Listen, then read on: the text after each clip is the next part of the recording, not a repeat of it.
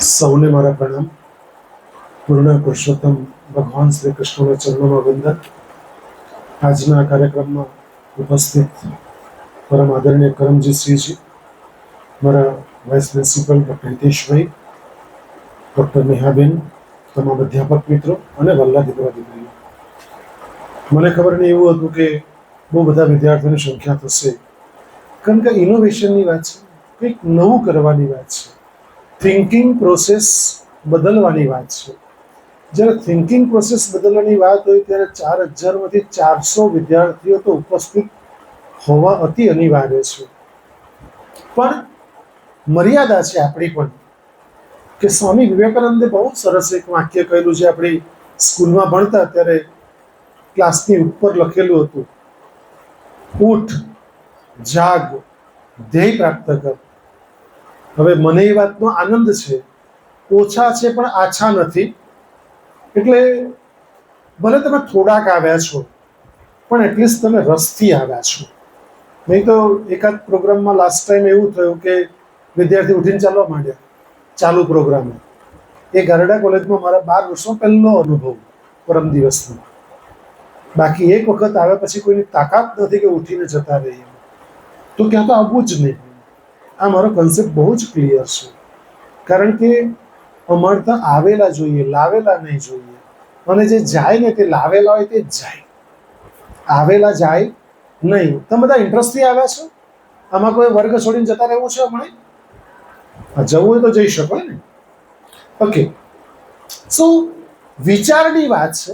હું સવારે જ વાત કરતો હતો વર્ગની અંદર કે idea can change your life. વિચારો તમારી જિંદગીને બદલી શકે છે. આ સત્ય બાબત છે.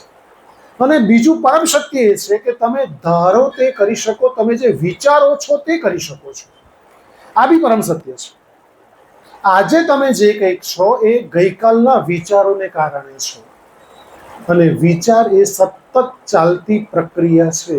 એટલા માટે કહું છું કે હર હંમેશ માટે પવિત્ર વિચારો, પોઝિટિવ વિચારો, પાવરફુલ વિચારો, અને બોલો પણ એવું જ. પવિત્ર બોલો, પાવરફુલ બોલો, પોઝિટિવ બોલો. હું ચોક્કસ એવું માનું છું કે એની ઇફેક્ટ માણસના જીવન ઉપર પડતી હોય છે. એક બે ઉદાહરણ માત્ર આપું. તમે કદાચ નામ સાંભળ્યું છે, રવિન્દ્ર જૈન નામ સાંભળ્યું છે? સંગીતકાર, જે અંધ હતા અને એણે સંગીત રચ્યું. રામાયણ અને મહાભારતનું જે મ્યુઝિક આપ્યું છે એ રવિન્દ્ર જૈને આપ્યું છે. એક રાધા એક મીરા જે ગીત રચના કરી છે એ રવિન્દ્ર જૈને રચના કરી છે. ફ્રેન્કલિન રૂઝવેલ્ટ 33 થી 45 સુધી 2 ટર્મ સુધી અમેરિકન રાષ્ટ્રપ્રમુખ રહ્યા. 32માં એ અપંગ હતા, હેન્ડીકેપ હતા. અમેરિકાની આખી સુરત બદલી નાખી એ સમય દરમિયાન.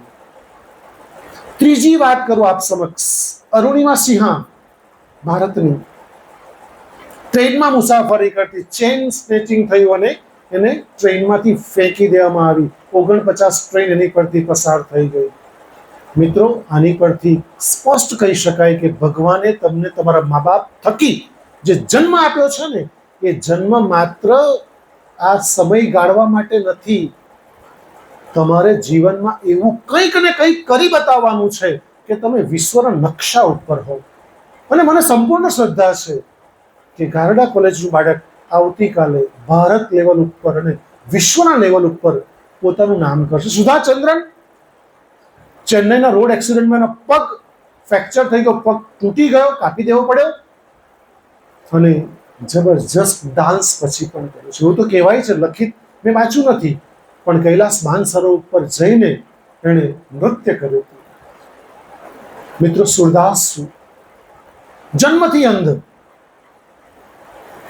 આગ્રા મથુરા હાઈવે પર મંદિર છે, એ રોજ મંદિરે જતા.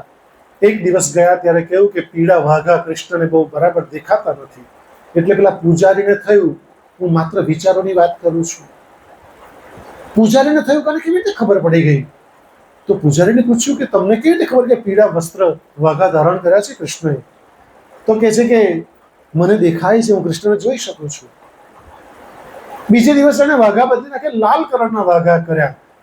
તો કે આજે લાલ કલરમાં મસ્ત દેખાય છે કૃષ્ણ. એ લોકોને ડાઉટ લાગ્યા કેવી રીતે જોઈ શકે છે. તો ત્રીજે દિવસે એમણે વાઘા જ ના પહેરાવ્યા, કૃષ્ણને પર્ણથી ઢાંકી દીધા, પુષ્પો અને પર્ણથી ઢાંક્યા, પાંદડાથી કૃષ્ણને ઢાંક્યા, વાઘા પહેરાવ્યા, પર્ણના વસ્ત્ર બનાવ્યા. અને તે દિવસે સુરદાસજી ભજન ગાતા ગાતા હસતા હસતા, આ સત્ય બાબત છે, હસતા હસતા એવું કહ્યું કે હે કૃષ્ણ, આજે તું પણ ગરીબ થઈ ગયો કે તને પણ પર્ણથી ઢાંકવા પડ્યો આજે. અને ત્યારે બધાએ સાષ્ટાંગ દંડવત પ્રણામ કર્યા સુરદાસજીને. પૂછ્યું પ્રશ્ન કે તમને દેખાતું નથી છતાં તમે કેવી રીતે કહી શકો છો? ત્યારે એણે બહુ સ્પષ્ટ કીધું, મારા ચર્મ ચક્ષુ બંધ છે, મારા આંતર ચક્ષુ ખુલ્લા છે, હું કૃષ્ણ સાથે ડાયરેક્ટ વાત કરી શકું છું.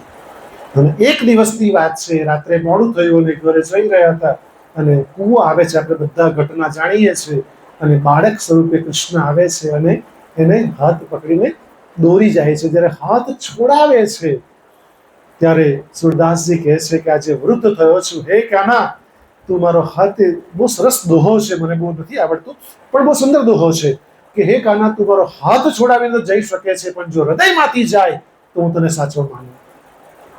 મિત્રો, એ જ મીરા કોઈ સ્કૂલમાંથી ભણવા ગઈ જેની પર કેટલા લોકોએ પીએચડી કર્યું છે.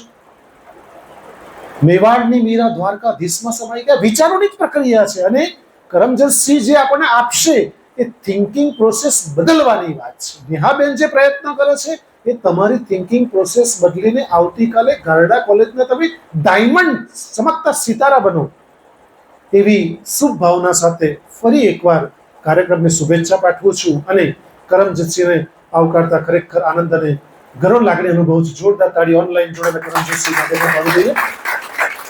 તો ફરી એકવાર તમે ડાયમંડની જેમ ચમકો અને આજે તમે તમારા પેરેન્ટ્સના નામથી ઓળખાવ છો, આવતીકાલે તમારા નામથી તમારા મા બાપની છાતી ગજ ગજ ફૂલે અને કોલર ઊંચા થાય એવી શુભ ભાવના સાથે મારી ચર્ચાને અલ્પ વિરામ આપું છું. ફરી પાછા મળીશું. ધન્યવાદ. જય હિન્દ, જય ભારત, જય જય.